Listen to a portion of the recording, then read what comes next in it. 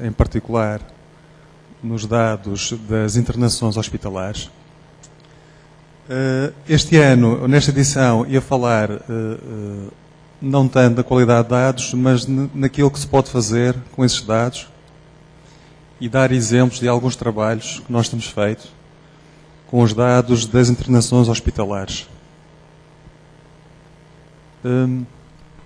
Nesse sentido, ia falar um pouco sobre estes dados clínico-administrativos, depois falar muito sucintamente da questão da qualidade de dados e depois apresentar alguns exemplos de algumas análises que nós temos feito, em particular para o burden de algumas doenças, mas também falar de outras análises que estamos a desenvolver neste momento e também de algumas ferramentas que estamos a fazer e que continuamos a desenvolver.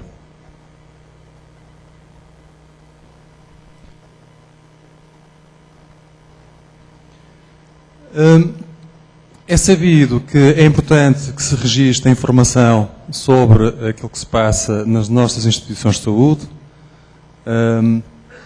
Existem muitos estudos que apontam para um aumento do risco clínico do erro em medicina em consequência da falta ou da ausência de informação que seja clara e atempada, informação que circule por entre todos os profissionais de saúde no processo de prestação de cuidados de saúde.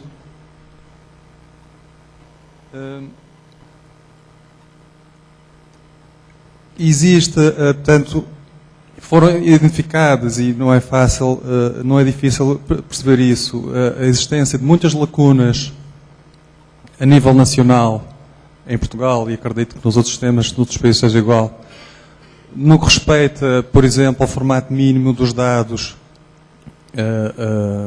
dos registros clínicos, por exemplo, o recurso a códigos internacionais de doenças ainda é uma prática pouco comum no nosso país, com exceção de algumas áreas, por exemplo, nos dados dos grupos de diagnóstico homogéneos, nas bases de dados dos IDHs, que são bases de dados mais voltadas, como sabe, para finalidades de financiamento dos hospitais no nosso país. E, portanto, é importante que se faça algo para tentar resolver, minorar estes problemas que existem, as diversas questões de interoperabilidade de dados que existem nos nossos sistemas, que possam facilitar, naturalmente, análises epidemiológicas futuras.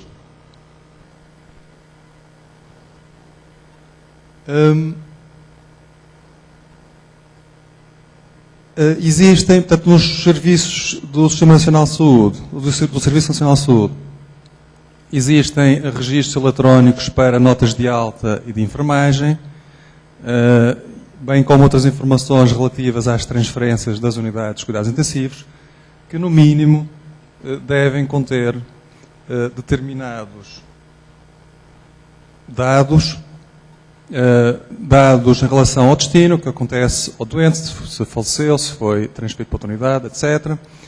Dados relativos ao óbito classificados com a ICD-10, causas de internamento, entre outras informações não descritas, mas aqui neste slide, mas que estão claramente expostas no despacho do Ministério da Saúde. Este despacho inclui também informação sobre os diagnósticos médicos que devem ser recolhidos, neste caso usando ICD-9-CM, a modificação clínica, que a partir de 2016 em Portugal passará a ser a ICD-10-CM. Dados também relativos aos procedimentos médicos ou cirúrgicos, codificados também com a ICD-9-CM.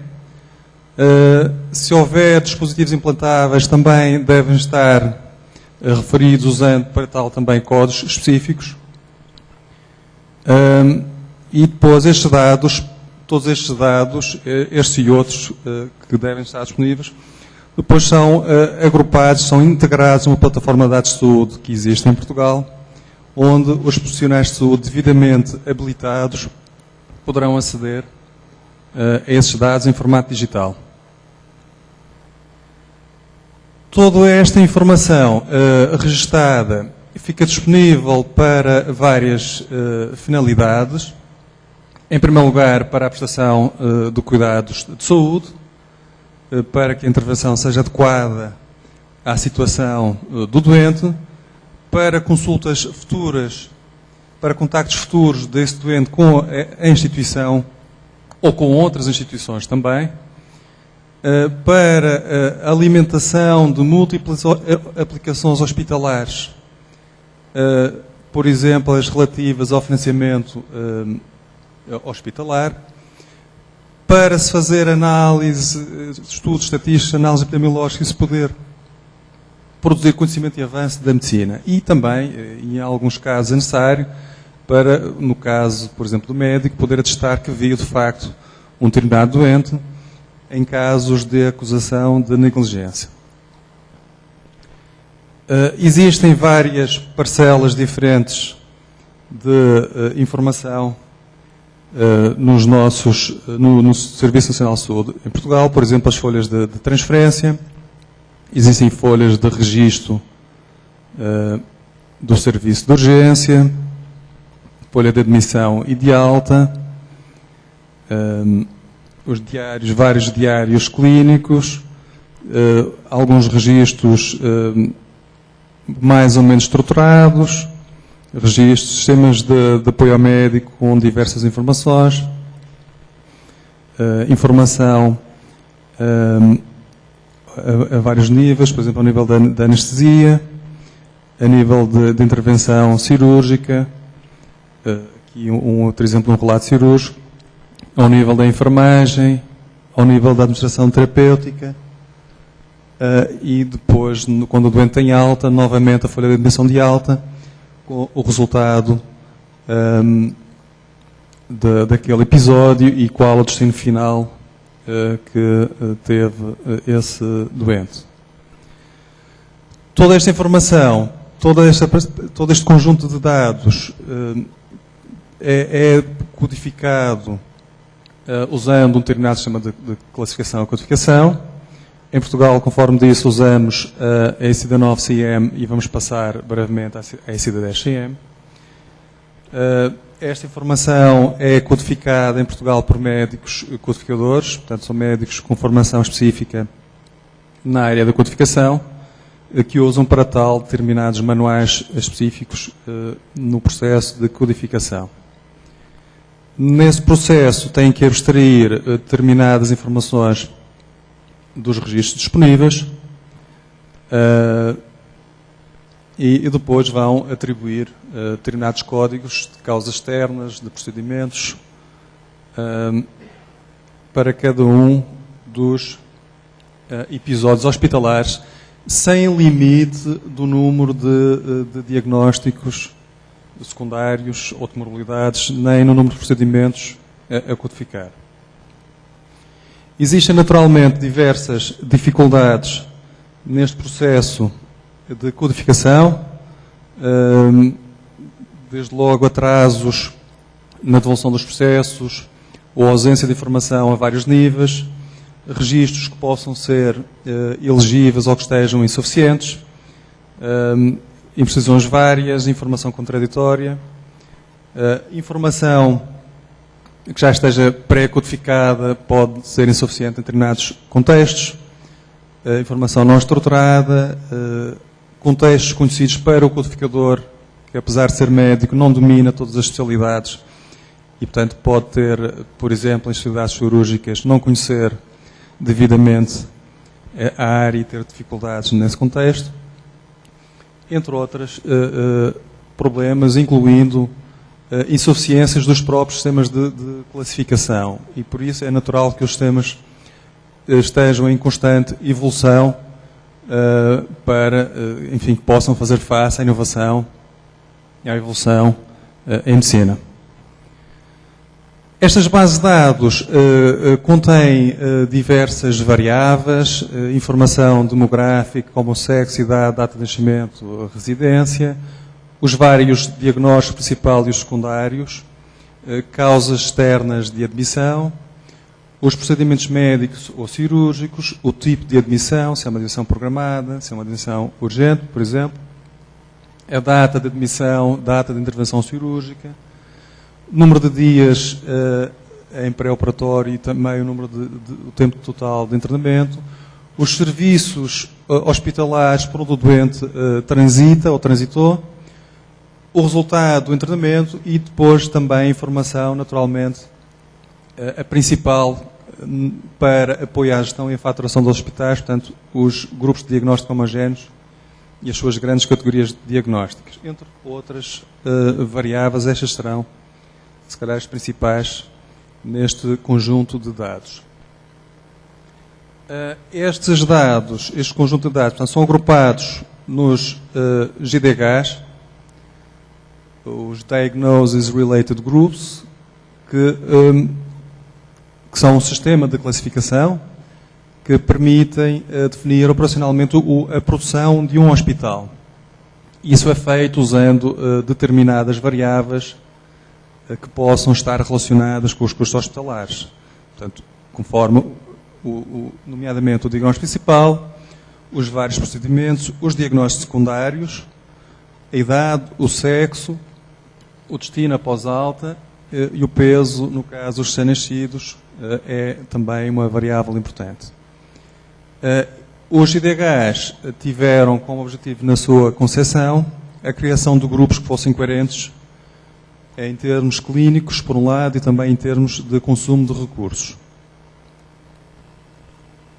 Estes dados estão disponíveis e são acessíveis e, portanto, nós podemos usar depois determinadas ferramentas para os explorar e para fazer análise, para fazer estudos epidemiológicos, para produzir indicadores de gestão e de qualidade, para fazer determinadas ferramentas que possam explorar, produzir relatórios, etc., automaticamente a partir destes dados. Portanto, são dados que têm sido utilizados há várias décadas já em vários países, por isso mundo fora. São dados que são recolhidos sistematicamente, portanto, são dados de fácil acesso.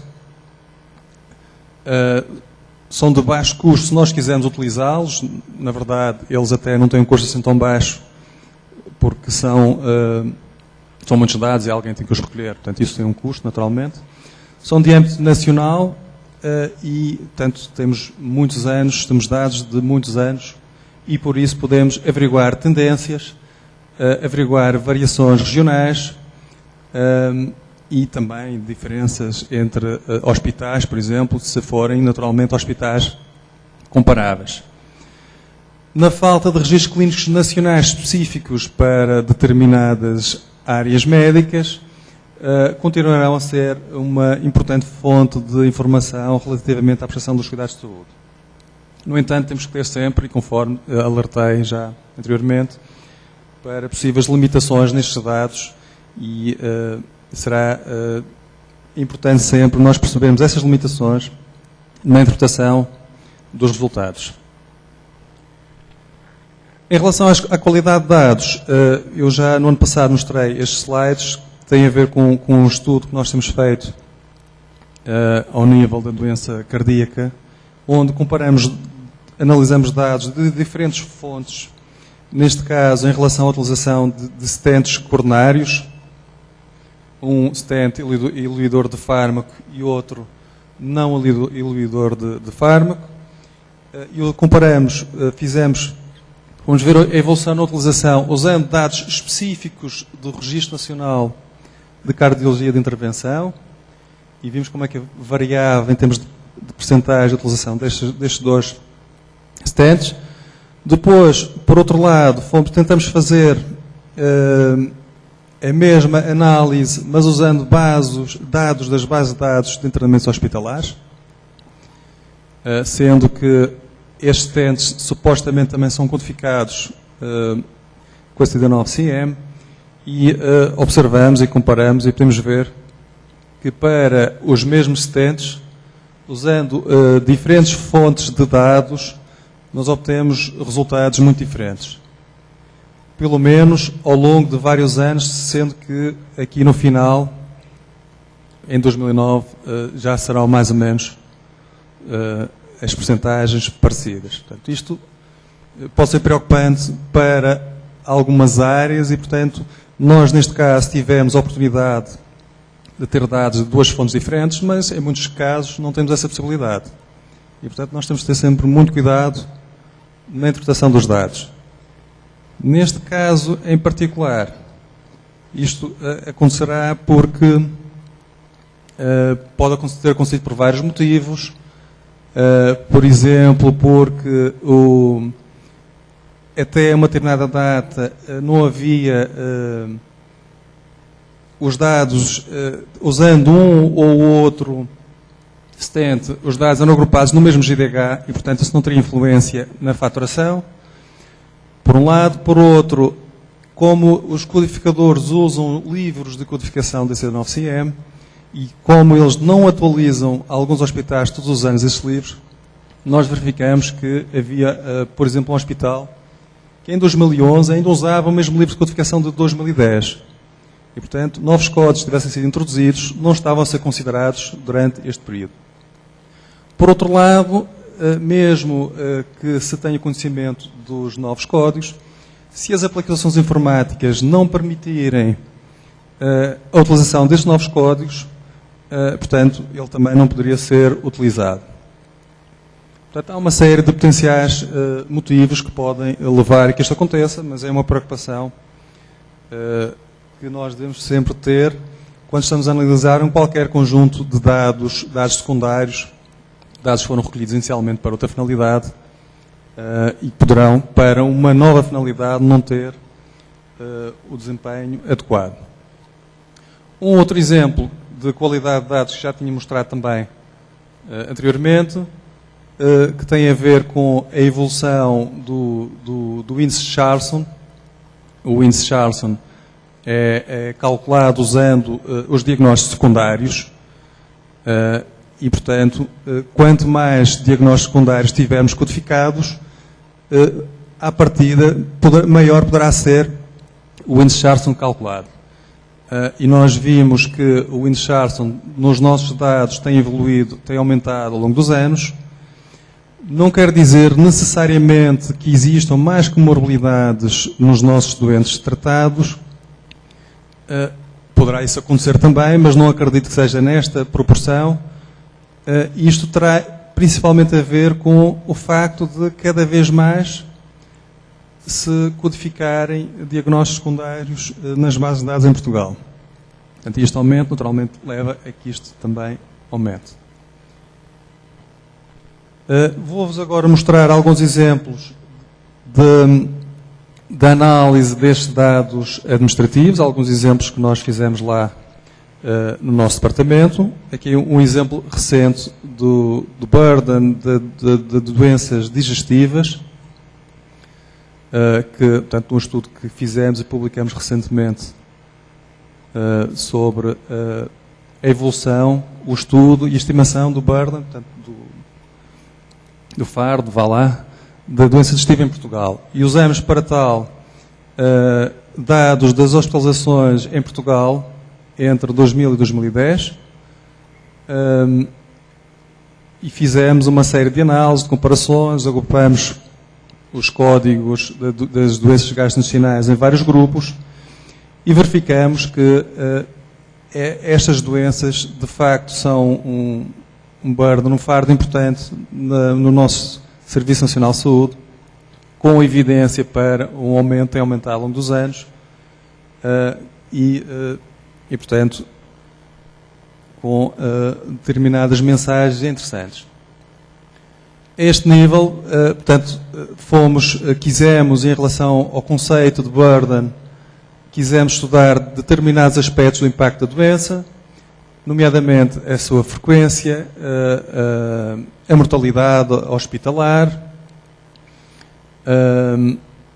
incluindo a mortalidade prematura e o número de anos de vida potencialmente perdidos, a morbilidade e também custos indiretos, aqueles que são possíveis de calcular com os dados que nós temos em Portugal. Para isso, fomos ver que outros estudos aqui existia a este nível na literatura científica. Em termos americanos, em termos dos Estados Unidos, encontramos uma série de estudos. Em termos europeus, encontramos muito poucos estudos sobre nesta área. Em Portugal, não encontramos qualquer estudo que tenha sido feito neste contexto. Verificamos aquilo que nos dizia a literatura sobre esta área, com um aumento da taxa de hospitalizações, com um aumento gradual, ou uma diminuição gradual, aliás, na mortalidade nos Estados Unidos. Em termos europeus, com uma tendência crescente em alguns países. Depois, portanto, conforme disse, portanto, nós fomos usar, ou ponderamos utilizar e descrevemos aqui algumas vantagens e desvantagens destas bases de dados administrativas. Portanto, são dados que são disponíveis, que têm cobertura nacional. Em Portugal representam cerca de 85% de todos os episódios hospitalares. São dados recolhidos para outras finalidades e, portanto, não terão grandes custos. E que podem contribuir, podem nos permitir estudar resultados em saúde, tendências ao longo dos anos, monitorizar a saúde das populações, calcular determinados indicadores de qualidade e desempenho, estudar, por exemplo, também a relação entre determinados fatores ambientais e as hospitalizações. São dados que são, de facto, colhidos com finalidades de pagamento, enfim, de contratualização com os hospitais e não para investigação. Portanto, isto será uma das principais desvantagens. São dados que também podem ter imprecisões e que, para alguns cenários, não têm o detalhe clínico necessário. Portanto, nós fizemos um estudo observacional retrospectivo usando estes dados entre 2000 e 2010, com um diagnóstico principal de doença digestiva. Consideramos todas as idades e as readmissões foram consideradas como episódios independentes, porque, infelizmente, nestes dados nós não temos forma, não temos identificador único nesta base de dados que nos permita perceber se entre anos se será ou não, um determinado episódio será ou não relativo a um mesmo doente. Depois fomos analisar várias variáveis, a idade, o género, o tipo de admissão, o tempo de tratamento, os vários diagnósticos, os custos hospitalares, o resultado dos episódios e determinamos depois, enfim, uma série de medidas que vamos ver mais à frente. Por exemplo, o custo total destes episódios, nós calculamos usando a tabela nacional dos grupos de diagnóstico homogéneos que são publicadas em Portugal em Diário da República, onde para cada GDH nós temos um determinado preço associado. Para a taxa de hospitalizações, portanto, vamos ver o número de doentes hospitalizados pela doença em relação ao total da população.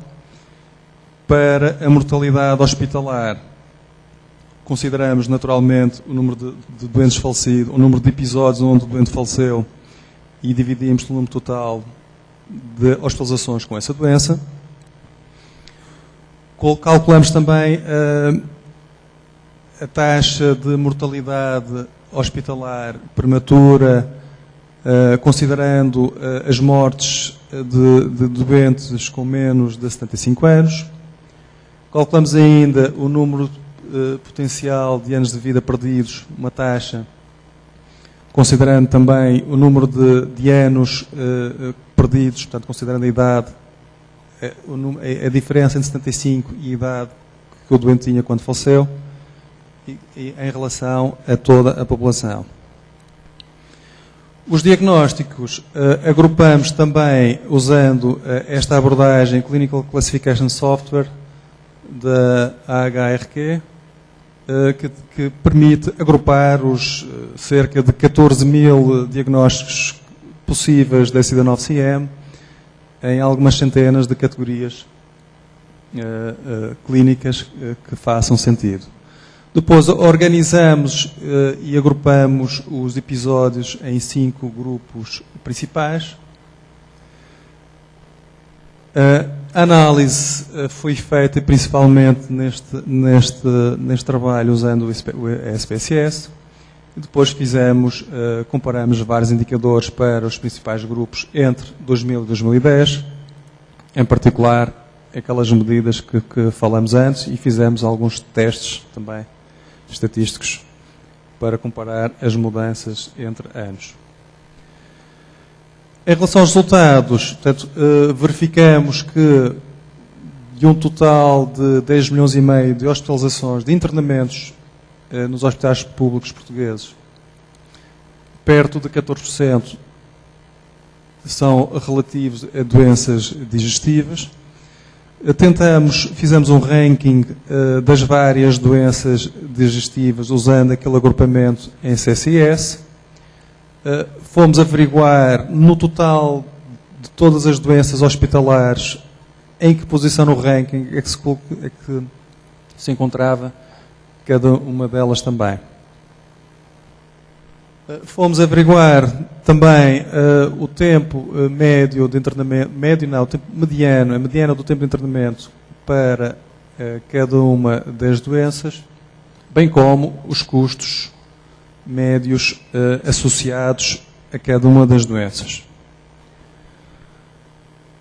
Em relação à mortalidade hospitalar, fomos ver também quais as doenças com maior mortalidade em termos absolutos, em termos de frequência e também em termos de percentagem, por um lado.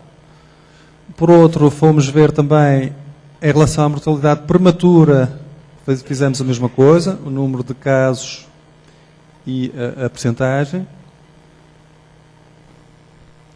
Fomos comparar também, em relação a todas as doenças digestivas, calcular algumas estatísticas, a mediana, a média de idade, o custo médio, a mortalidade, etc.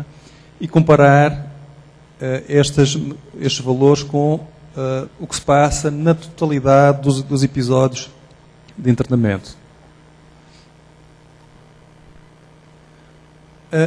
Em relação aos 5 grandes grupos de doenças digestivas, fomos ver também como tinham evoluído entre 2000 e 2010 e vimos que, em relação à taxa de hospitalização, para algumas delas o aumento foi muito considerável, por exemplo, perto de 200%.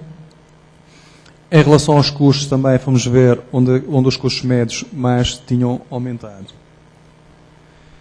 Fizemos a mesma coisa também para a mortalidade hospitalar e vemos que existem, para algumas doenças, um aumento importante da mortalidade hospitalar, enquanto para outras houve uma diminuição neste período de 10 anos.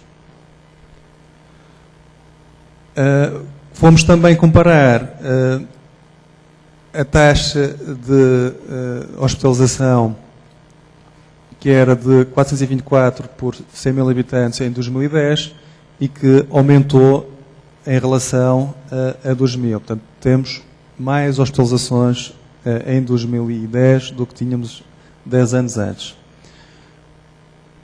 Os custos aumentaram também neste período. A mortalidade hospitalar também passou de 4,2 para 5,2, que é um aumento considerável também. Em termos de evolução ao longo dos anos, podemos aqui também ver com o aspecto completo de anos aquilo que terá acontecido em termos de taxa de hospitalização, de custos e de mortalidade hospitalar, sendo que este aqui não há grande evolução. Aqui no caso da mortalidade vemos claramente um aumento considerável nestes episódios. Em termos geográficos, dividimos o nosso país em áreas geográficas, considerando os NUTS, que é uma forma administrativa de dividir as várias áreas do país, NUTS 2 e 3, e comparamos 2000 com 2010 para as várias regiões, e fizemos isto, por um lado, para a taxa de hospitalização e, por outro, para a mortalidade hospitalar, onde podemos ver que existem aqui algumas regiões onde a mortalidade aumentou bastante entre estes dois períodos, aqui em particular no Norte e no Alentejo, e, ao contrário, no Algarve tivemos uma diminuição. Em termos de discussão, existem, de facto, poucos estudos, pelo menos para os países europeus, nestas matérias, nestas áreas. O aumento do burden das doenças gastrointestinais que nós observamos é consistente com aquilo que encontramos nos países. E, portanto, nós vemos que temos mais hospitalizações, mais custos, mais mortalidade. Portanto, tudo isto é importante nós percebermos a realidade do nosso país para que possamos agir em conformidade no sentido de tentar minorar estas situações. Aqui há alguns destaques para algumas doenças com mais mortalidade prematura, com a mortalidade aumentar mais, com maior volume de hospitalizações. Este estudo, naturalmente, tem algumas limitações. Podemos estar a subestimar o valor real do burden de uma determinada doença. Aqui só estamos a tratar de internamentos hospitalares. Poderão existir muitos outros casos que não sendo tão graves, não chegam ao hospital e, portanto, não estarão a ser considerados nestes dados. Portanto, nós não analisamos, e seria interessante analisar dados de cuidados de saúde primários, dados de consultas externas, por exemplo, dados de urgências e também dados de hospitais privados que ainda assim representam, conforme disse também, cerca de 15% dos episódios hospitalares em Portugal. A utilização de sistemas de classificação como a CIDA-9-CIEM terá também, certamente está já bem discutido, identificado, tem, em alguns contextos, algumas imprecisões e, eventualmente, também subcodificação. Só para reforçar algumas das principais mensagens, portanto, é importante nós termos informação para que possamos definir estratégias de prevenção e melhoria da prestação de cuidados de saúde, para podermos ter melhores cuidados de saúde primários, para melhorarmos, por exemplo, os cuidados de saúde paliativos e, portanto, e neste contexto, é importante que se possa continuar a fazer mais investigação e que se possa, e para se fazer mais investigação nós temos que ter cada vez mais dados e dados com qualidade. Demorei um pouco mais de estudo, agora vou mostrar mais alguns outros estudos que nós temos feito de uma forma mais célere.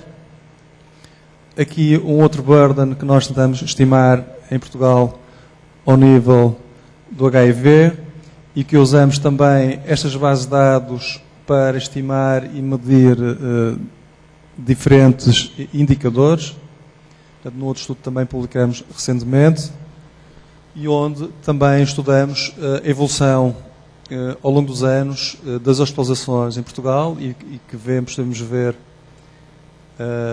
que o número de casos tem diminuído ao longo dos anos e estudamos, enfim, várias variáveis disponíveis nestas bases de dados e vimos, por exemplo, que a proporção de homens é muito maior à proporção de mulheres nas hospitalizações com HIV, mas esta proporção tem diminuído ao longo dos anos. Portanto, se em 2000 eram 76%, em 2010 já eram 70%. Entre outras medidas, os custos que vemos que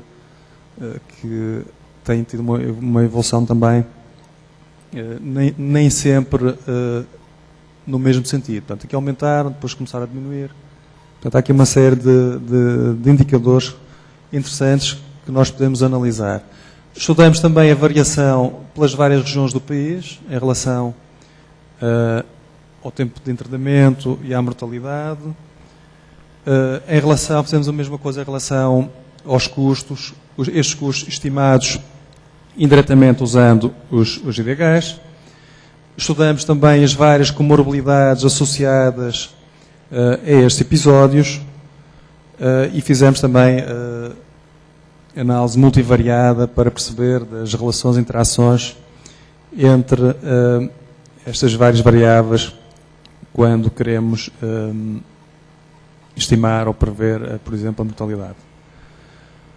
Um outro exemplo de um outro trabalho também que também publicamos recentemente, usamos a mesma base de dados também, entre outros dados, para, neste caso, para caracterizar a evolução de determinadas intervenções cirúrgicas, neste caso, prolapsos genitais, e onde vimos também que uma série de evoluções e tendências em determinados tipos de prolapsos que são feitos nos nossos hospitais.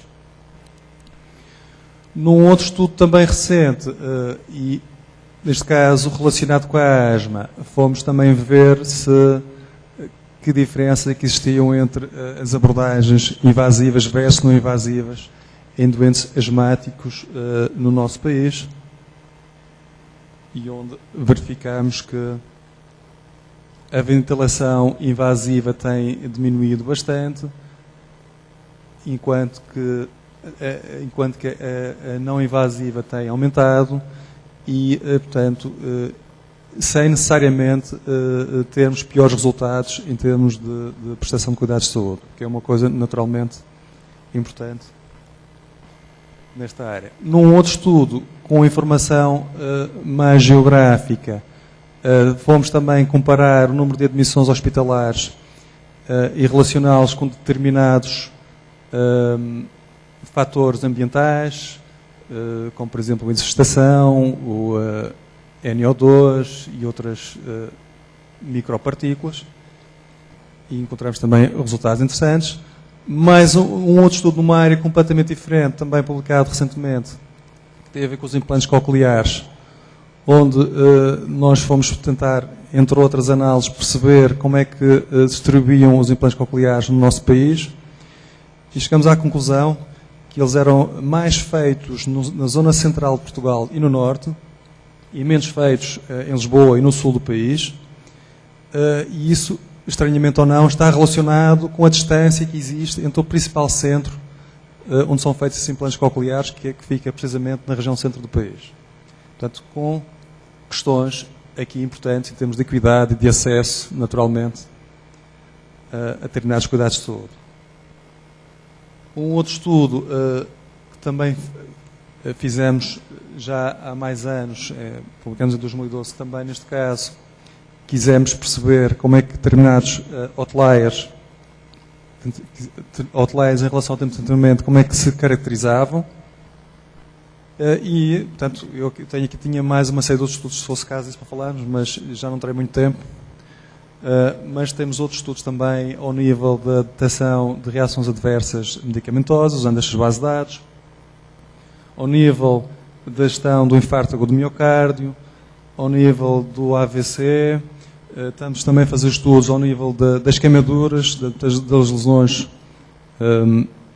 ao nível das queimaduras, da hidrosadenite supurativa, de ressecção pancreática, de hospitalizações com sífilis, de procedimentos oftálmicos, de procedimentos do nariz, da garganta e dos ouvidos, ao nível da saúde mental, etc. E uma outra área que nós queremos também, e ali com o Pedro, espero eu que brevemente possamos estudar também, que tem mais a ver com a multimorbilidade, portanto, a presença de várias comorbilidades em simultâneo nos nossos doentes, um estudo que nós queremos também, e espero eu que se possa fazer em breve.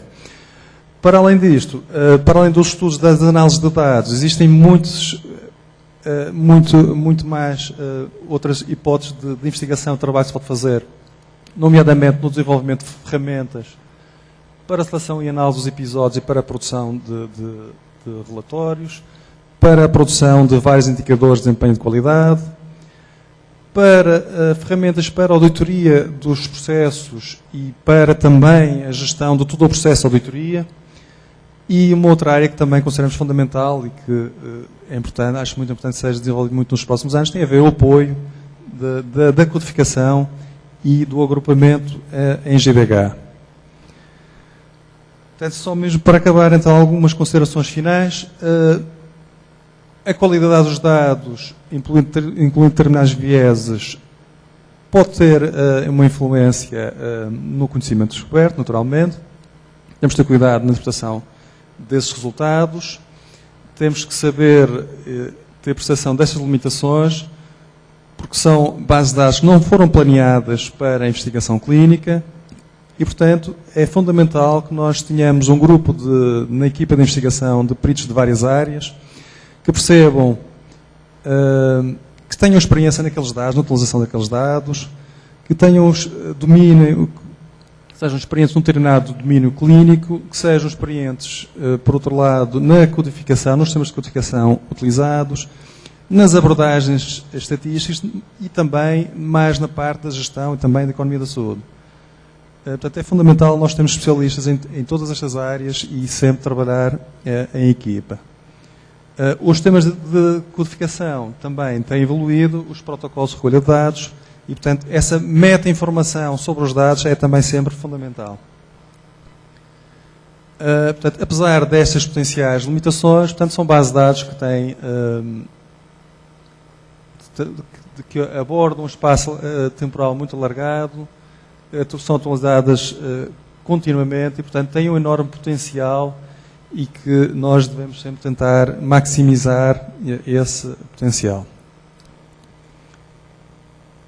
E, portanto, só para acabar mesmo, portanto, um agradecimento especial também aos colaboradores que têm trabalhado comigo há uma série de anos em várias áreas, desde a qualidade de dados, a parte de auditoria, codificação, etc.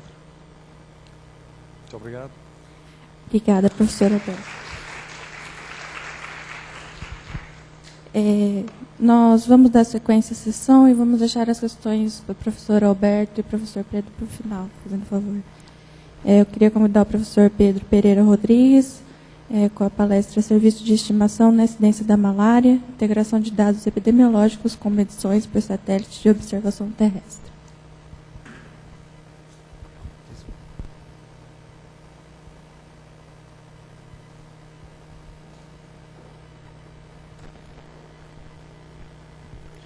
Muito bem. Bom dia a todos. Aqui acho que não consigo ver, vou aqui para baixo. Antes de mais, é um prazer para mim estar aqui. O ano passado não pude estar cá porque a minha filha tinha nascido há menos de um mês e, portanto, eu achei que era, em vez de vir ouvir o chorinho cá, fiquei a ouvir o chorinho lá. Mas este ano não podia perder a oportunidade de estar cá. E o que me traz aqui hoje é a apresentação de um projeto no qual nos envolvemos com mais um parceiro, com mais alguns parceiros tecnológicos e que tem como objetivo esta visão de poder ter um serviço de vigilância de uma doença que neste momento ainda é e continua a ser um problema, apesar de ser evitável e tratável, continua a revelar-se como um problema global e inclusive em vários países que agora nós estamos a tentar unir e estamos a tentar fazer esforços para melhorar as suas condições de vida. Este projeto, bom, eu vou começar por dar alguma informação de base sobre, bom, malária, mas muito rapidamente, mas principalmente falar sobre esta interligação, se quiserem, esta integração de dados que é suposto existir neste projeto, que são os dados epidemiológicos, ou dados colhidos, de facto, dados clínicos e dados sociodemográficos colhidos nos doentes, e dados de observação terrestre, dados de satélite, que de alguma forma explanam algumas características que se sabe são próximas das condições ótimas para o desenvolvimento do mosquito, para a propagação do mosquito e para a propagação da doença nos países. E depois vou-te apresentar então o sistema que foi proposto e que está neste momento em fase de testes e falar-vos em particular de uma parte que era aquela que nos cabia mais a nós, nesta parceria, que era a de modelação da incidência, de tentar de facto fazer uma previsão para determinadas regiões de um país da incidência de casos de malária e vou-vos mostrar um estudo que fizemos para tentar resolver o problema que nos foi depois apresentado por não termos acesso aos dados que precisávamos. Mas eu falarei um bocadinho mais sobre isso mais à frente. Nesta apresentação eu vou mostrar alguns mapas que são obtidos, podem ser obtidos facilmente no site indicado pela Organização Mundial de Saúde, onde podemos ter uma visão global sobre alguns dados de disseminação da doença. Bom, a malária tem como principais fatores de risco viver ou visitar áreas tropicais onde a doença é comum. Existem vários subtipos da doença e, naturalmente, sabe-se que as mais letais estão em determinadas regiões, uma das quais são os países da África subsaariana. E, de facto, quando vemos a percentagem de população em risco nos diversos países, podemos ver já aqui uma mancha muito vermelha, onde se indica que 80 a 100% da população está, de facto, em risco de contrair a doença. Claro que há grupos específicos que têm maior risco da doença, portanto, as crianças e adolescentes, as grávidas e os seus filhos, e, curiosamente também, os viajantes procedentes de áreas que têm malária. Porque se sabe, isso falando mais à frente, mas que nas zonas onde a malária é prevalente, a população pode ganhar alguma imunidade parcial e, portanto, quando viaja, pode estar sujeito a um maior risco se vier de uma região onde a malária não está presente. De facto, este risco tem... Bom, eu já encontrei vários números diferentes para estas estimativas de mortalidade e, portanto, esta é uma delas que está num relatório de 2013, mas eu já encontrei valores bastante diferentes e, portanto, peço desculpa se não forem os valores mais atualizáveis, mas de qualquer forma é um problema global que, apesar de ser evitável e tratável, continua a ser um fardo muito grande para as populações. De facto, na mesma fonte conseguimos ver o número total de mortes e é de facto algo que ainda está fora de controle. E é de facto por isso, e porque de facto as pessoas podem viajar de um país para o outro e com isso modificar o seu próprio risco de contração da doença, que é importante saber em que estado de controle é que estão os países. E se nós formos ver, na África subsaariana estão todos os países na fase de tentar controlar a doença. Isto leva-nos a tentar perceber um bocadinho melhor a doença, então vamos tentar perceber como é que pode ser otimizado o acompanhamento e o tratamento destes doentes, mas antes disso, perceber se há a hipótese de fazer um diagnóstico apenas com dados clínicos, ou seja, isso é o habitualmente feito, com sinais e sintomas. Há algumas características que nos permitem indicar que, de facto, os doentes estão com malária, mas ela também pode estar, digamos, esconder-se. Estes sinais podem esconder-se e revelar-se como se fossem outro tipo de doença e, portanto, não ser fácil de fazer o diagnóstico. E, por isso, normalmente tentamos usar técnicas mais exatas, neste caso com exames laboratoriais, que são aplicados a casos com suspeita de estarem infectados com malária e calcula-se então o Slide Positivity Rate, que não é mais do que o número de casos encontrados num total em cada 100 testes casos suspeitos. Claro que isto sendo um valor preditivo positivo, digamos assim, dá-nos apenas uma indicação, mas é uma indicação razoável e que tem sido usada para a incidência da doença.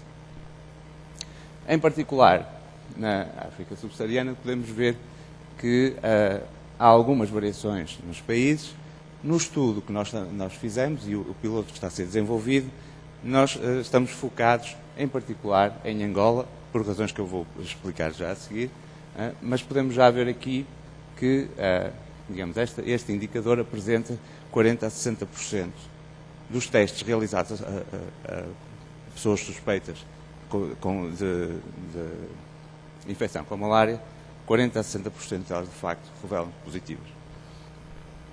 Então, dada esta disseminação da doença, interessa ter sistemas de detecção e de identificação e de monitorização que possam, de alguma forma, ser usadas para controlar surtos da doença. E esse foi exatamente o objetivo do projeto, uma vez que digamos, a detecção do surto pode ser muito variável e de difícil avaliação. Normalmente são usadas técnicas de previsão da curva epidémica para tentar identificar esses surtos, mas o uso de informação heterogénea obriga-nos a tentar ir buscar outras fontes, porque normalmente apenas com a informação de um centro é razoavelmente difícil identificar um surto. Então, há já algumas estratégias que apresentam como solução integrar dados de informação geográfica para tentar identificar surtos da doença antes exatamente dela ocorrer, porque estamos a tentar, de forma entomológica, verificar como é que o desenvolvimento das populações de mosquitos também se vão fazendo nesses locais. Bom, a observação terrestre é feita com base em satélites, que normalmente têm uma órbita geoestacionária, mas de alguma forma usam instrumentos muito diferentes e podem nos dar indicações muito diferentes sobre a Terra. Um dos problemas de usarem estas órbitas é que normalmente elas estão muito afastadas da Terra e, portanto, a resolução das imagens podem não ser as melhores para aquilo que queremos. Algumas das medidas podem ser usadas desta forma, com este tipo de resolução, e, portanto, nós vamos tentar fazer o melhor que pudermos com essas medidas. Assim, de uma forma global, o projeto tenta vigiar do ponto de vista clínico, epidemiológico, entomológico, neste caso não parasitológico, mas, digamos, normalmente os sistemas de vigilância tentam apanhar estas quatro fases, estes 4 tipos, digamos assim, de controle, mas uma das mais-valias que nós temos hoje em dia é podermos usar dispositivos eletrónicos, como já temos visto alguns projetos aqui, que tentam levar mais perto da população algum tipo de, não só de informação, mas também de recolha de dados. E é neste sentido que este projeto vai usar também sistemas móveis para podermos recolher esta informação, que depois será usada para identificar áreas ou grupos populacionais mais afetados, ou tendências ou número de casos de mortalidade, e mesmo o impacto que as medidas de controle têm depois na população. Então, o objetivo era desenvolver um sistema de vigilância para monitorização, detecção e previsão da incidência de malária, com recurso a dados clínicos e de observação terrestre. A arquitetura global do sistema compõe uma app para um smartphone que recolhe dados clínicos para um servidor central, que depois comunica com um servidor do modelo de estimação da incidência, que usa outro servidor com um modelo matemático para efetuar a devida incidência. A integração de dados de Earth Observation é feita à custa de outro servidor que comunica com este inicial e coloca no nosso servidor de dados toda a informação necessária para os períodos que estão a ser usados para fazer previsão, usando um servidor FTP. É também permitido neste sistema ter alguns dashboards e alertas que eu vou mostrar já a seguir, e, portanto, nós temos que ter também alguma forma de acesso a estes servidores. Não é um servidor só de depósito, é um servidor de consulta para toda a alarmística que depois é desenvolvida no software. Do nosso lado, nesta parceria, aquilo que nos coube fazer foi dar-nos estes serviços de modelação e estes serviços de previsão de incidência. Tudo o resto eu vou-vos mostrar só para contextualizar, mas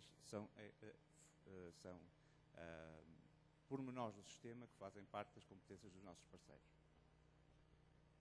Então, a app para dispositivos móveis funciona com uma secção para registro de informação do doente, com visualização diversa, mas onde todos os dados clínicos recolhidos e guardados estão guardados em formato OpenAir. Tem várias formas de recolha de dados, tem a possibilidade de implementar formulários, também eles desenhados, baseados em templates em OpenAir, e tem ainda um portal para a visualização do sistema como um todo, ou seja, não já para a recolha de dados, mas para a visualização.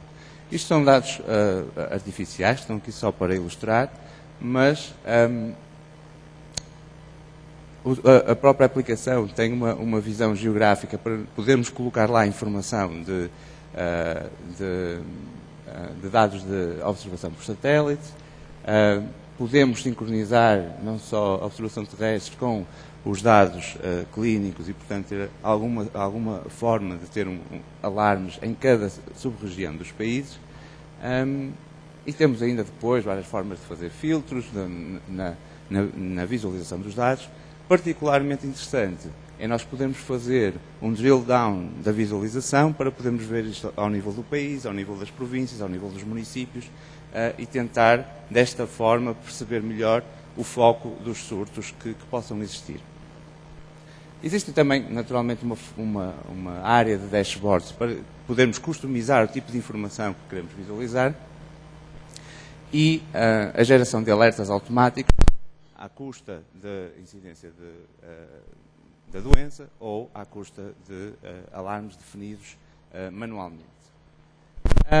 A parte de back-office também tem a possibilidade de gerir todas as permissões de acesso, para termos a certeza de quem pode aceder aos dados, quem pode introduzir dados, etc. etc. Bom, isto é, digamos, o software que está na base do sistema de vigilância. A nós pediram-nos para modelar a incidência da doença. Desde logo, o nosso objetivo era ter como principal variável, de facto, a incidência aproximada pelo SPR, mas e pediam-nos isto também por cada região administrativa, província, município, comunidade, dependendo do país. Inicialmente estava previsto para ser efetuado e instalado um piloto num determinado país, que de facto, depois o parceiro que tinha esse contacto acabou por não o conseguir fazer. E, portanto, tivemos nós que arranjar um outro parceiro. Inicialmente estava previsto para ser feito em Moçambique, e nós só tínhamos depois um parceiro em Angola e acabámos por, ok, então vamos concentrar em Angola, vamos ver se conseguimos obter dados para conseguir fazer alguma coisa que possa, de facto, dar uma resposta minimamente interessante sobre a incidência de malária. E assim fizemos. Nos resultados que eu vos vou mostrar agora, eu vou ser muito pouco preciso nos dados que vos estou a dar, por questões de confidencialidade, não tenho certeza que dados é que vos posso mostrar. Mas, de qualquer forma, dá para perceber aquilo que estamos a fazer e, naturalmente, que podemos, mais tarde, ver com atenção melhor esses dados. Em termos de dados de Earth Observation, aquilo que nos é permitido usar são acesso a todos estes satélites que nos dão densidade populacional, de redes de transporte, corpos de água, altitude, precipitação média, temperatura média, índice de vegetação, superfície coberta, a espessura óptica aerossol, temperatura do ar, vapor de água, todas estas medidas nós podemos usá-las. E temos já também o procedimento feito, por parte também do parceiro que recolhe estes dados, para agregar estas informações por áreas administrativas que nos forem pedidas. E, por exemplo, nós podemos pedir, eu quero a temperatura média do ar da última semana para o bairro X. Okay? Isto é possível ser feito. Estes dados, naturalmente, têm diferentes resoluções. Naturalmente que eu não preciso de um land cover da cobertura de superfície de hora a hora, porque não muda, mas outras mudam com bastante mais regularidade e, portanto, nós temos que, de alguma forma, agregar aquelas que têm maior granularidade ou extrapolar aquelas que são mais espaçadas no tempo a ser medidas. Não é? Parte importante deste uso das variáveis de Earth Observation, ou da observação terrestre, é que nós possamos usar não só a observação que temos neste momento, mas também observar a evolução desses dados ao longo das últimas semanas. E, portanto, também está a ser necessário manter um registro de todas as semanas, pelo menos, das variáveis de observação terrestre, para poder fazer depois essa análise. Sendo assim, para o modelo final de estimação, aquilo que nós podemos usar é a expressão de dados de Earth Observation para a região em estudo, a evolução desses dados nas últimas semanas e a expressão de dados clínicos e epidemiológicos que possam estar disponíveis para a região em estudo. O modelo, propriamente dito, o nosso desenho não é de ter um modelo estático de incidência. A ideia é nós termos um modelo que, à medida que vai sendo alimentado com mais dados colhidos pela app que vai sendo distribuída, vá sendo modificado e vá sendo atualizado.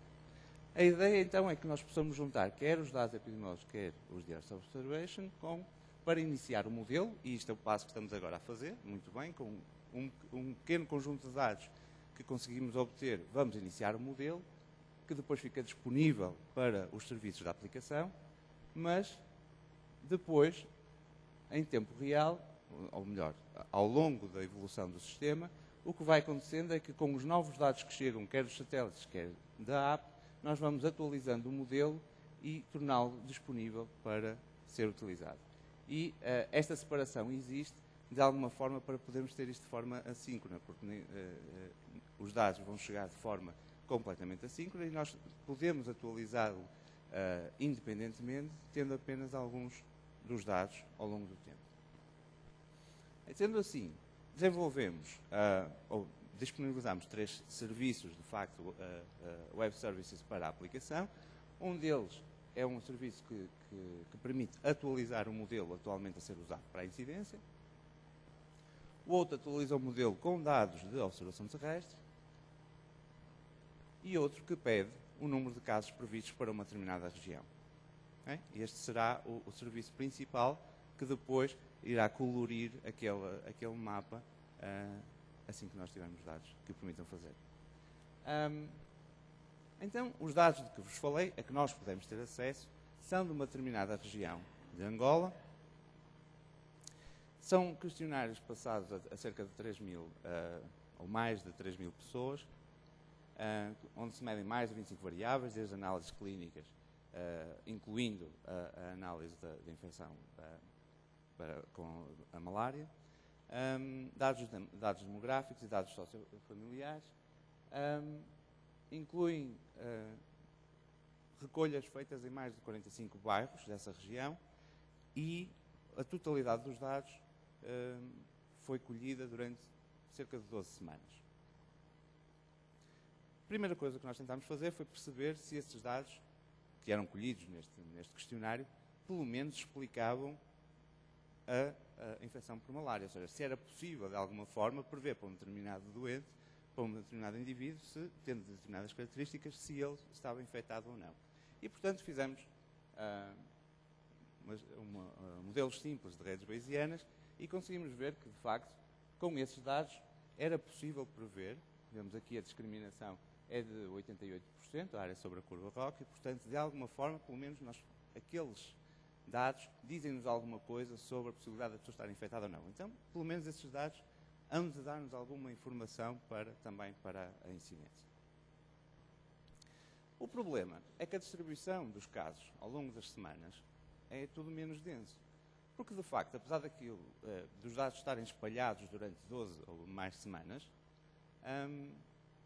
não é feito em todos os bairros todas as semanas. E, portanto, a recolha foi feita neste bairro nesta semana, depois noutro bairro noutra semana, depois noutro bairro noutra semana. E, portanto, nós temos uma distribuição. Se repararem, está aqui uma linha verde que mal se nota, que é um caso, é um bairro onde foram feitas 3 recolhas, mas que é um outlier. A maior parte deles é feita apenas uma recolha em cada bairro. Estão aqui os bairros e o número de semanas. E, portanto, nós podemos usar os dados do ponto de vista clínico para tentar perceber se conseguimos prever a infecção por malária, mas do ponto de vista epidemiológico isto é uma dor de cabeça. Nós não conseguimos chegar aqui e fazer um desenho, um modelo para aprender isto tudo. Então, mas nós temos que arranjar algum modelo. Então, pelo menos vamos fazer um estudo, tentar perceber se conseguimos analisar, ter pelo menos alguma percepção sobre como é que evolui a malária, pelo menos nestas semanas, nesta região. Então o que fizemos foi, para cada semana, assumir que cada recolha era uma recolha daquela região e não do bairro em particular. E isto é, digamos, a grande limitação dos dados que estamos agora aqui a analisar. Mas vamos vê-los. Nós temos uma distribuição global de casos durante estas semanas,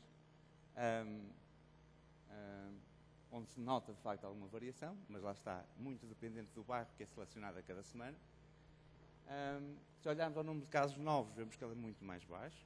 Ou seja, nós temos, naquele questionário, era perguntado também se alguma vez tinha sido tratado para malária, e, portanto, nós eliminamos esses casos e consideramos apenas os casos onde a resposta foi não. A distribuição global de testes é mais ou menos, bom, há aqui uma pequena baixa, mas não há grandes variações ao longo das semanas, portanto, podíamos considerar que temos o mesmo número de testes por semana, aproximadamente. Mas quando vamos ver, de facto, a slide positivity rate, vemos que há um aumento nestas semanas e aqui está muito baixo. Quando vimos isto, de facto, nós poderíamos tentar pensar, bom, vamos então agora aplicar ali os dados de observação terrestre, vamos ver se nestas semanas houve alguma coisa de especial, ou nas semanas anteriores. Mas, de facto, olhando para aqui, se os bairros que foram colhidos aqui, se tivessem sido colhidos aqui, à frente, será que isto continuava igual? Se calhar tinham mudado, não é? Portanto, os bairros são suficientemente diferentes entre si para nós não conseguirmos extrapolar que ver um bairro é ver a região toda. Portanto, nós podemos fazê-lo, estamos a incorrer num risco muito grande e, portanto, neste momento, não estamos dispostos a correr esse risco. De qualquer forma, olhando para aqui, aplicamos só um modelo linear, naturalmente conseguimos fazer qualquer coisa, só que é nada generalizável e, portanto, nós nem sequer podemos dizer que este modelo consegue prever alguma coisa. Quando muito, consegue explicar estes casos em particular, nós conseguimos ver porque é que estes casos estão a ocorrer aqui, tendo em conta os dados clínicos que eles têm, mas mais do que isso para nós não é aceitável fazer neste momento. E, portanto, a grande questão que nós temos agora é se a diferença existente entre os bairros nos permite ou não fazer uma análise deste tipo, pegar nos dados de um bairro e extrapolar como sendo a slide positivity rate de toda uma região. E esta é a fase onde estamos neste momento e, portanto, agora o que vamos tentar fazer, passando esta fase, integrar os dados de EO, tentar fazer modelos mais complexos, mas isto só vai ser possível, já vimos pelos dados a que temos acesso neste momento, se nós tivermos acesso a muitos mais dados. Quer sejam dados escolhidos em atividades como estas, pontuais, de questionários, ou a partir do momento em que a aplicação está no terreno a recolher dados, nós vamos fazendo e construindo um modelo com esses dados. Mas neste momento, isto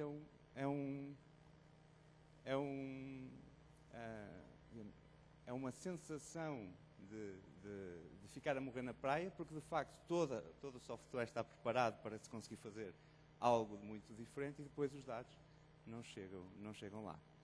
E por isso, antes de irmos almoçar, a grande lição que para já, deste momento, nós levamos é reutilizar uma frase conhecida, ou se calhar, talvez não, do Feynman, que é muito mais interessante viver não sabendo alguma coisa do que ter respostas que possam estar erradas.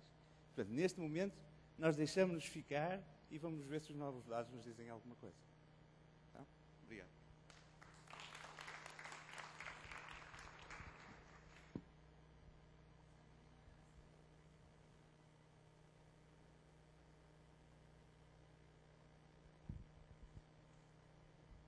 Alguém quer?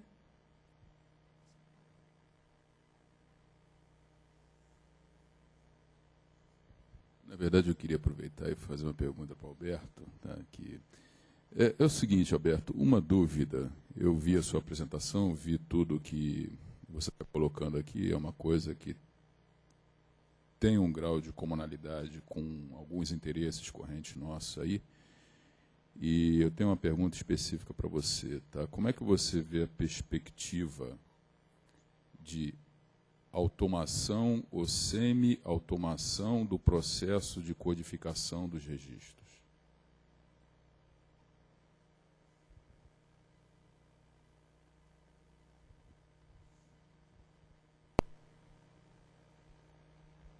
Obrigado. Obrigado pela pergunta. É uma pergunta pertinente e interessante e para a qual já houve algumas pessoas que tentaram fazer algumas coisas em Portugal. A codificação completamente automática, eu acho, pelo menos nos próximos, a curto prazo, difícil. Agora, não tenho a menor dúvida que a existência de ferramentas que permitam uma codificação, sugestões, e ela até podemos vê-la de uma forma mais completa, mas com sugestões, com validação final sempre, pelo menos numa fase inicial, depois teríamos que testar o sistema, mas sempre com uma validação pelo método codificador.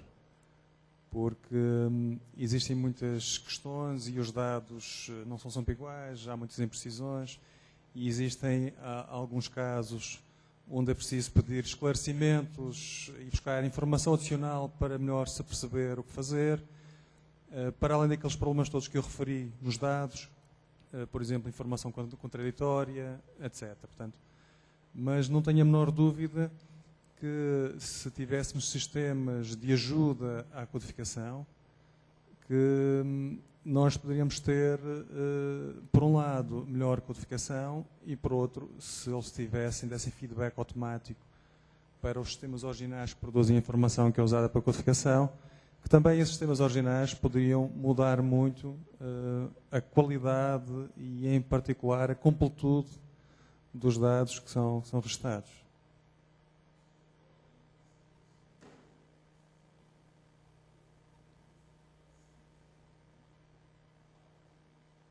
Neste momento não. É algo que nós já há uma série de anos que queremos fazer.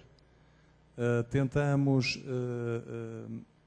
estabelecer uma parceria com o Ministério da Saúde para que nós fizéssemos um sistema que permitisse isso, mas infelizmente não foi possível nessa altura estabelecer essa parceria e como temos muitos outros problemas e sistemas que temos de resolver, enquanto não houver, porque isso tinha que haver um envolvimento claro, tínhamos de ter uma perspectiva clara de que isso pudesse ser utilizado, uma perspectiva, e precisamos, naturalmente, como diz o Ricardo, precisamos de financiamento para podermos ter pessoal a desenvolver esse tipo de sistemas. Enquanto tivermos outros sistemas onde as pessoas nos pagam, portanto, vamos desenvolvendo outros sistemas e não este, apesar de já termos reconhecido já há mais de 10 anos que é algo fundamental que se faça no nosso país.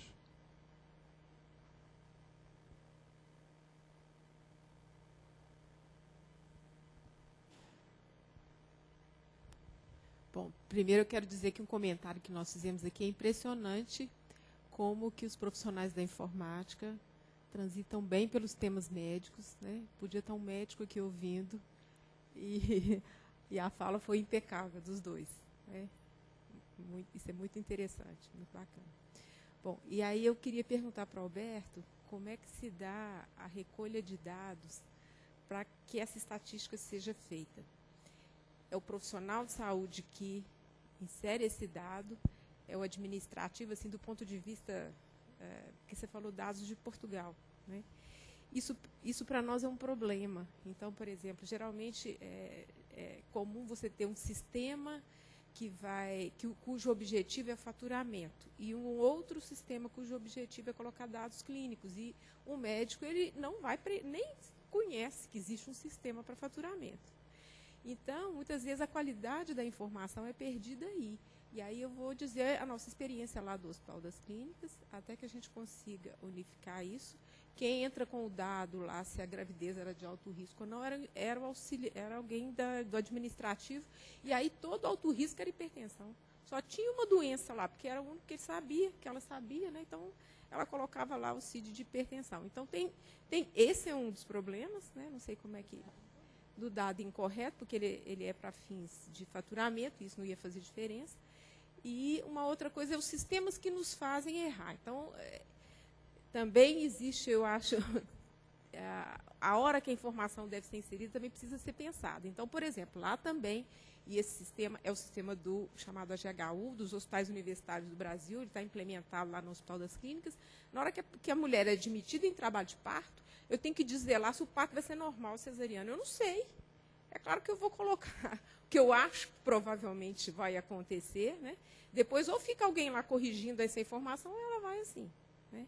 Então, tem problemas que são de sistema, não é só do profissional, e muito também, assim, para que aquele sistema foi pensado, e isso aí, quem é que vai fazer realmente a recolha desse dado.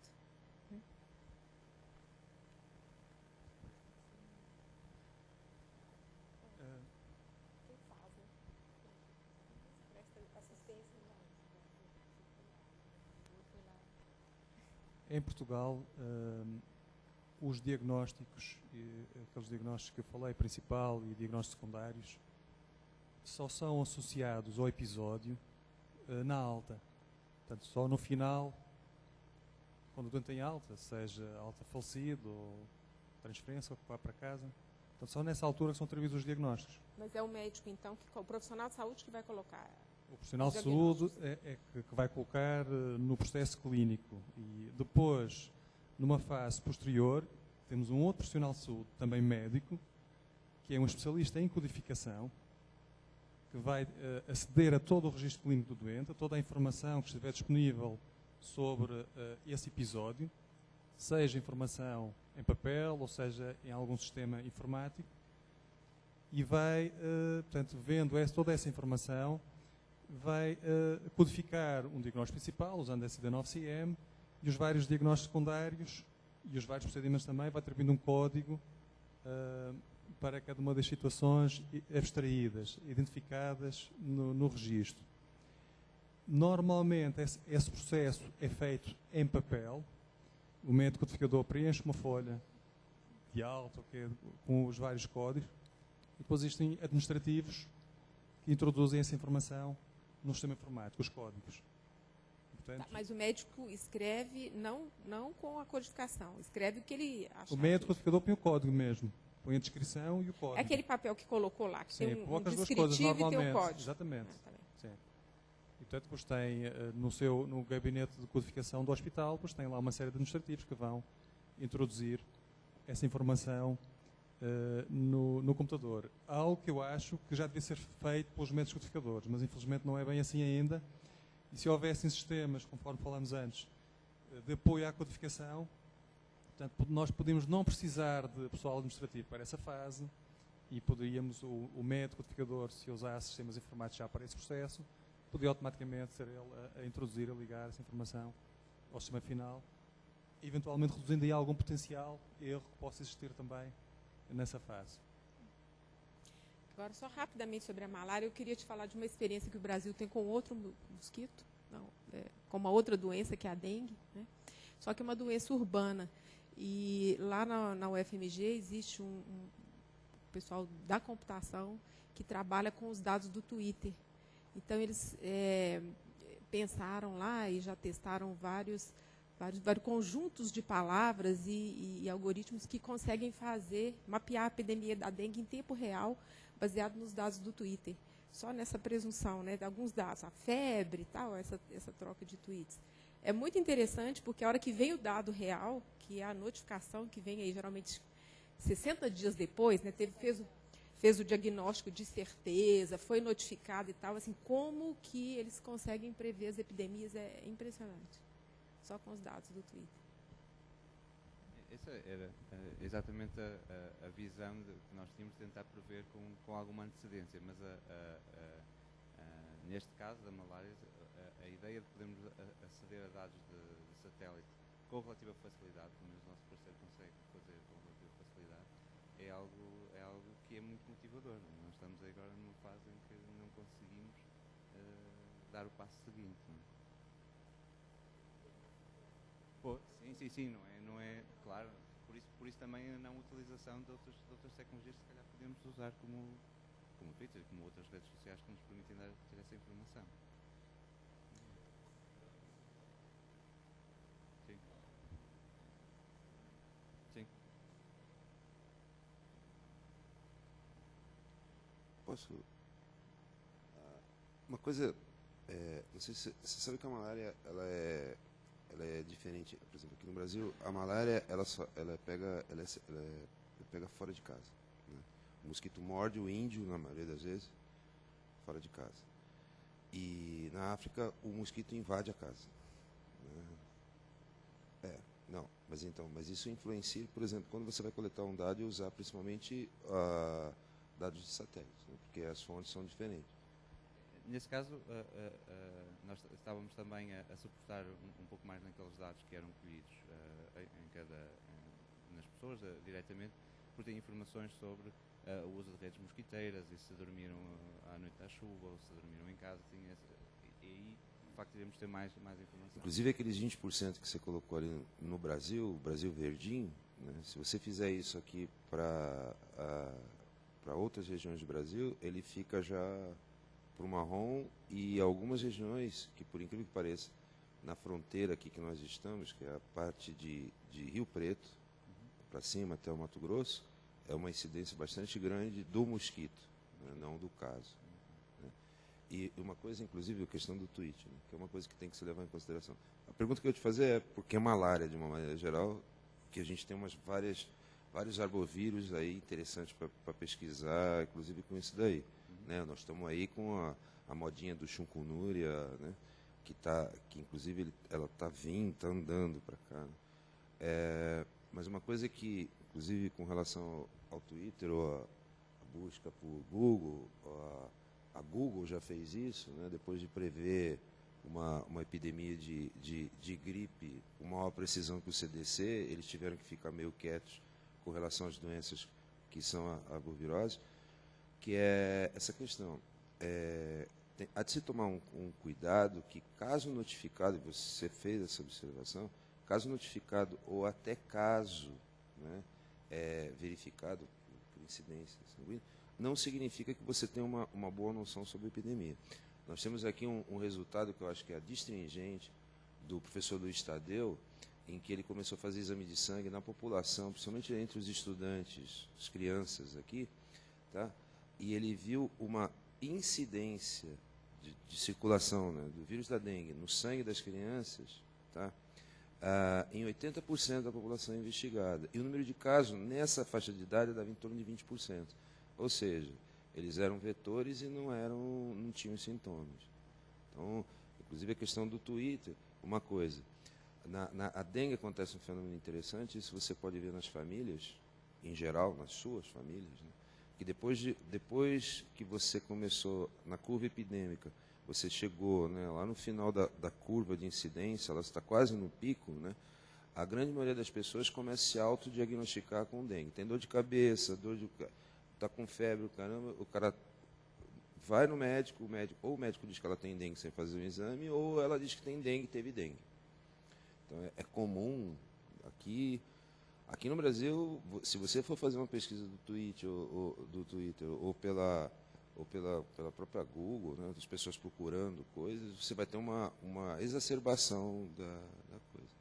O que eu acho legal na pesquisa por satélite é você fazer inferência sobre densidade de mosquito, tá, sobre certas regiões. Né, e usar os PS e ES, por exemplo, no caso da dengue, né, também. A gente tem um trabalho, inclusive, de referenciamento, inclusive usando o Google, né, que a gente fica tentando detectar zonas de quentes, hot zones, para ter o começo da dengue, tá, e depois de instalar da dengue, quais são as que teriam regiões que teriam mais tendência de aumentar. Inclusive detectando regiões em que tem água parada, que pode aumentar a incidência de mosquito, etc. E tal. Mas, voltando ao seu caso da malária, vocês não levaram em consideração essas discrepâncias, por exemplo, me chamou a atenção de o Brasil está verde, né, está 20%. Você vai lá para os índios aqui, Tem tribo que tem malária recorrente aqui no Brasil, e matando gente pra caramba, né? Porque inclusive não sei se aí de facto, não tenho conhecimento para isso, mas acharia que uma das possibilidades é de facto, se é tão prevalente como está a dizer, é que de facto também sofra com a questão da imunidade parcial e que, portanto, como não apresentam sintomas, depois o diagnóstico também não são considerados suspeitos, não são feitos os testes e aquilo era para o positivity rate, não é? E, portanto, depois não são, digamos, os casos que são considerados suspeitos para efetuar o teste, na prática não são aqueles que mais suspeitos seriam, não é?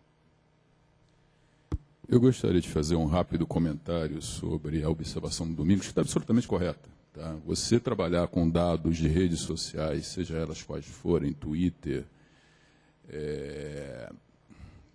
Google ou qualquer uma delas, faz com que você esteja sujeito a, eventualmente, superavaliações se você utilizar exclusivamente aqueles dados. E eu acho que é aí que reside, talvez, o grande poder da sua proposta, porque você não propõe utilizar um tipo de dado, mas um conjunto de dados heterogêneos que, eventualmente, poderiam compensar por uma sobreavaliação que poderia ser originada em função da utilização de dados de Twitter, de Google, ou seja lá o que for, né? Então, eu acho que, talvez, em função da heterogeneidade dos dados, da sua análise, talvez, nesse caso específico, sim, o Twitter pode ser um auxiliar importante, o Google pode ser um auxiliar importante, porque você não está considerando só o Twitter ou só o Google, mas está considerando outros dados também. É só um rápido comentário.